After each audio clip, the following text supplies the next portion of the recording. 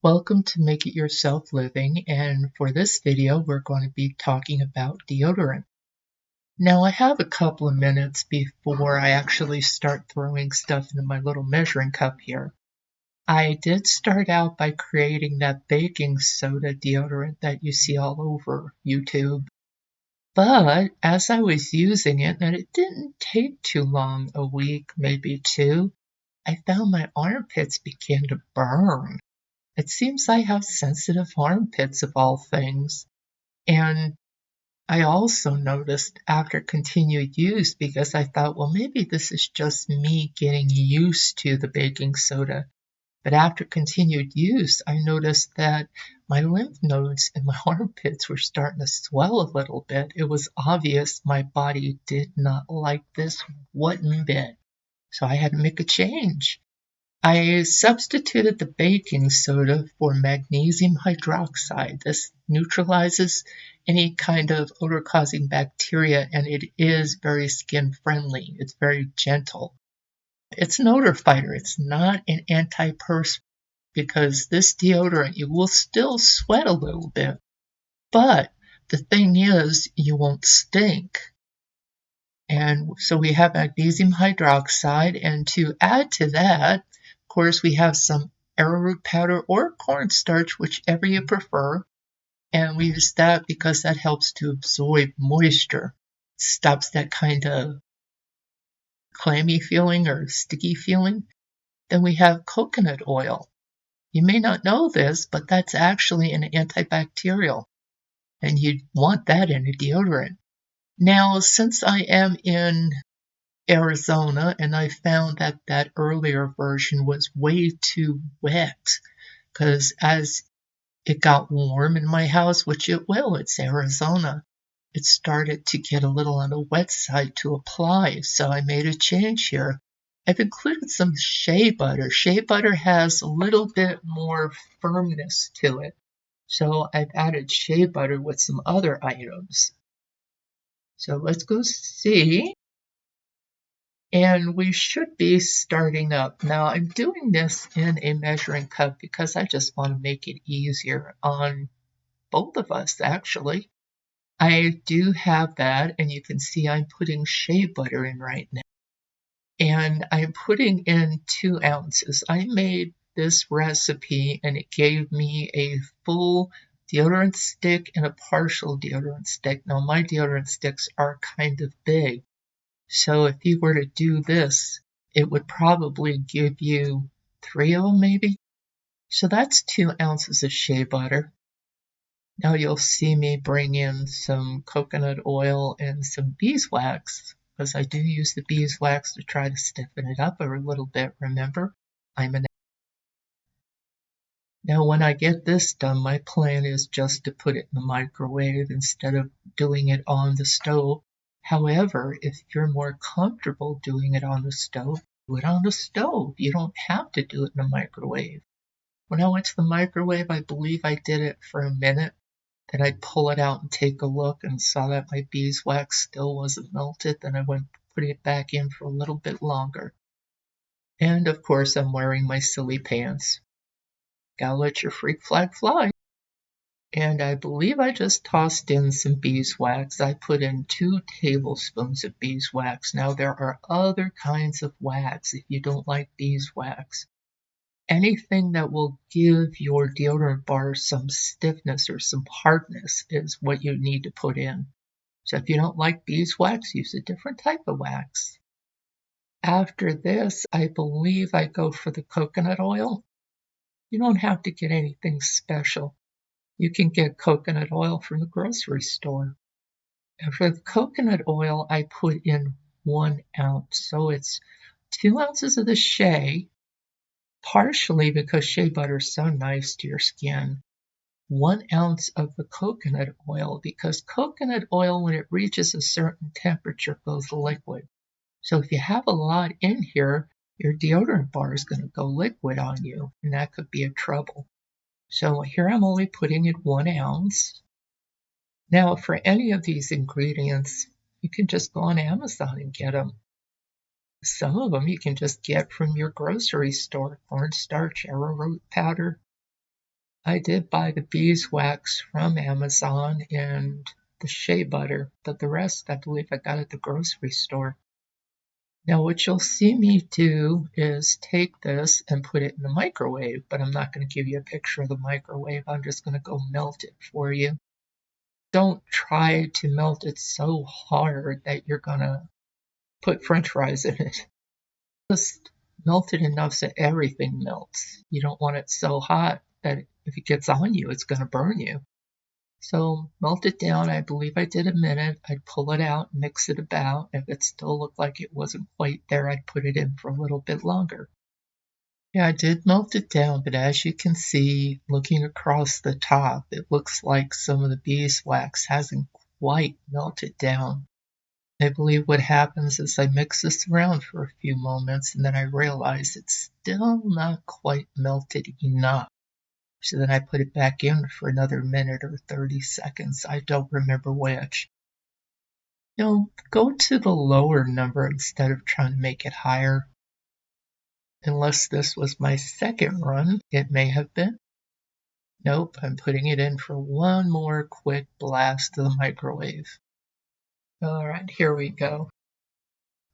The first thing I put in is the magnesium. Now, it's not as much as you might think. We put 2 ounces of shea butter, an ounce of the oil, and as far as magnesium, we want half an ounce. So that's what you'll see me do next, is weigh that out and put that within it. Now, when you put it in, you may think, oh my God, this thing's going to lump up. But just get yourself a whisk and go for it because it does smooth out very nicely. Believe it or not, I tared the scale. Tared means I made it go down to 0, so as I put in the powder, I can measure it out. And I'm just putting in what I need. I am using a spoon, but I've done this before, so you just got to keep mixing. It will blend in. And now I'm getting the arrowroot powder. Now we had half an ounce of the magnesium. We're going to have a full ounce of the arrowroot powder. The arrowroot powder is trying to help you. It's an absorbent, if you will.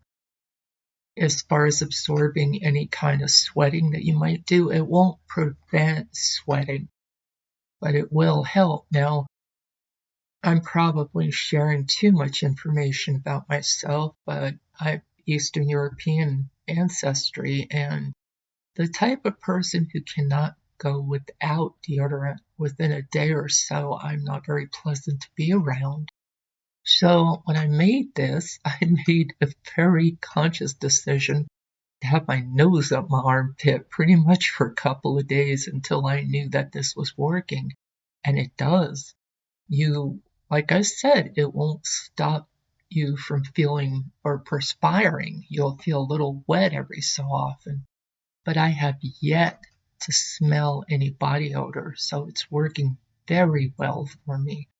So after you get this in and you've got that all kind of blended out and you've got all your lumps out, next will be your essential oil. You don't have to put in essential oil if you don't want to. But while this is hot, if you put essential oil in, all you're doing is burning off the fragrance of that oil. What you want to do is make sure this cools down a little bit. Now, you can't have it cool down all the way because, let's face it, it'll go solid on you. But you have to cool it down quite a bit. The way I normally test it, you'll see me do that off and on. I'll take my hand, put it next to the measuring cup. And can I leave my hand there or do I find myself pulling my hand back? Now, I can get used to really warm water, so it doesn't bother me too much. So if I can leave my hand quite a bit, I know it's cool enough. So you want it to come down with the heat, but not so much as it starts to solidify. Need it to come down a bit, then you can put your fragrance in. I believe in this instance I use lavender and I put in about 40 drops. It's not a precise science. But, if you do it and then you find out I didn't quite put enough in, you can always up it. That's not an issue. Now, I will put the essential oil in shortly, and then you'll see me pouring it into little deodorant cases. As I've mentioned, I live in Arizona. Now, currently, it's January. I can use this deodorant very easily without too much trouble. It doesn't really melt on me, but I did find that if you stay too long on your skin, you notice that it's starting to dry up. Get wet. So I've got to watch that when summer hits to see whether or not I need to possibly switch the shea butter to a cocoa butter maybe, because cocoa butter has a tendency to be a lot more stiff or solid. That may help in a really warm climate. I may have to increase some of the wax, but I have to watch. You don't want to put too much wax under your armpits. That wouldn't be a good thing either. So I believe I've got the deodorant cases out, which I did get off of the internet or Amazon. You get everything out of Amazon, let's face it. But what I'm going to do is put them up and pour this into each one of the deodorant cases. When I did a smaller batch, I got one deodorant case plus a little bit of another one. When I doubled that, I was able to get about 5 of them. So what I'm going to do, and it might take me a moment after having all this fixed up, is to get you a recipe, but get you the smallest one possible. But just realize that if you want to, you can always double, quadruple, make as much as you want, as little as you want. As we finish up this video, it will be finishing up shortly. Of course, if you like what you see, please give us a thumbs up. If you like what we're doing, feel free to subscribe.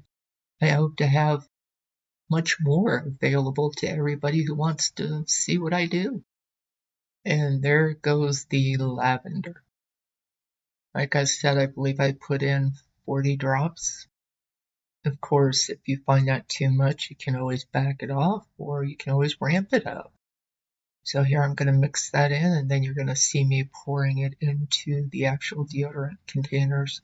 That's another reason why I like to use a measuring cup for this part, because it just makes putting it into the containers a whole lot easier. And here you go. And trust me, when you have tremors, doing this gets quite interesting. Try to fill it up as much as you can because it will shrink a little bit. Think about the wax. When the wax hardens up, it's going to shrink down a little. And I'm definitely going to be using this more often. Honestly, I like the idea that you perspire a little bit with this stuff because it's not normal for you not to sweat at all. And that's what some of today's deodorants do. They're antiperspirant. They stop you. And I'm just curious as to if that's really good for you or not. So you have to just let it sit there and let it solidify. Now, this isn't super stiff. I can still take my finger and jam it to the bottom very easily. So I want to thank you for being part of this video today, and I hope it's been helpful.